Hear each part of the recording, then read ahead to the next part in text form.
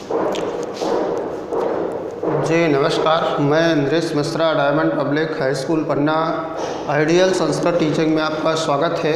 बच्चों class 8th आज हम देखेंगे पंचदशः पाठः कूटश्लोकाः का अभ्यास कार्य में आप पाठ के पूरे अभ्यास कार्य को एक पदेन एक वाक्यन सभी चीज़ों को देखेंगे।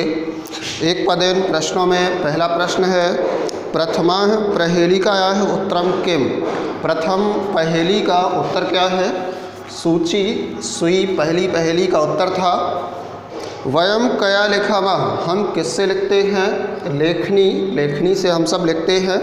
कंसम कः संजघान कंस को किसने मारा। कृष्ण ने। अगला प्रश्न है कंबलवंतम किम न बाधते कंबल वाले को क्या बाधा नहीं होती। शीतम शीत अर्थात ठंड नहीं लगती उसे। कति स्त्रियः स्नानार्थम नर्मदां गताः कितनी स्त्रियां स्नान के लिए नर्मदा गईं। 20 अगला प्रश्न है करिणाम कुलम को हंति हाथियों के समूह को कौन भगाता है मारता है। सिंहः शेर। इसके पश्चात आएंगे आपके एक वाक्यन प्रश्नों के उत्तर। लेखन्याः स्वरूपम किम। ये पहला प्रश्न है लेखनी का स्वरूप कैसा है।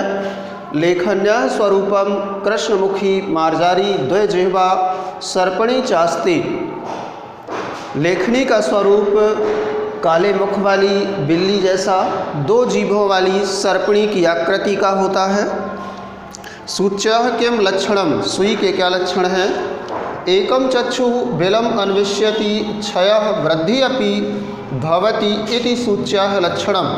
एक आँख बिल को ढूंढना घटना और बढ़ना ये सुई के लक्षण होते हैं। काशी तल वाहिनी का काशी के तल में बहने वाली कौन है। काशी तल वाहिनी गंगा अस्ति काशी तल में बहने वाली गंगा है। अगला प्रश्न है शीतम कम न बाधते शीत बाधा किसे नहीं होती। कंबलवंतम शीतम न बाधते कंबल वाले को शीत बाधा नहीं लगती। अगला प्रश्न नर्मदायाः कति स्त्रियः पुनरायाताः नर्मदा से कितनी स्त्रियां वापस आईं। नर्मदायाः 20 स्त्रियः पुनरायाताः नर्मदा से 20 स्त्रियां वापस आईं।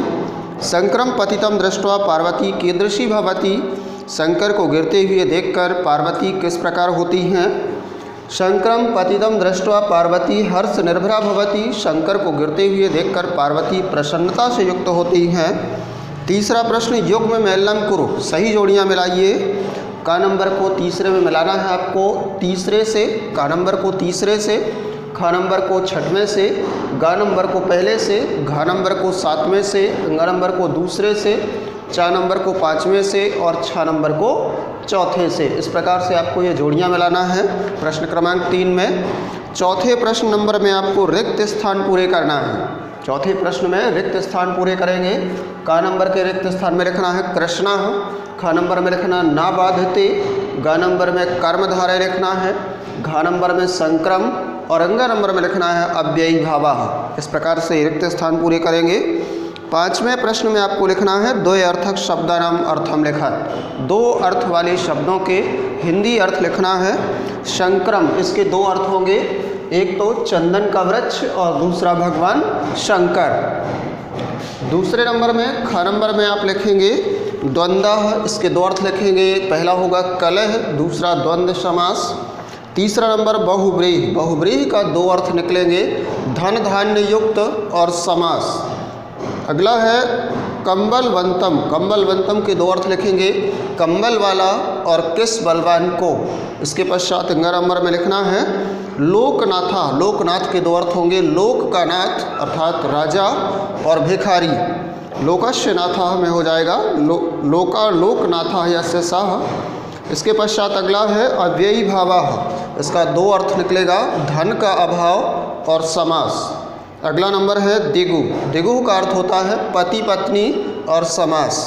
अगला होगा कर्मधारय का कर्म करो और समास। एकोनविंशति इसके 2 अर्थ निकलेंगे एक नर 20 स्त्रियां और 19।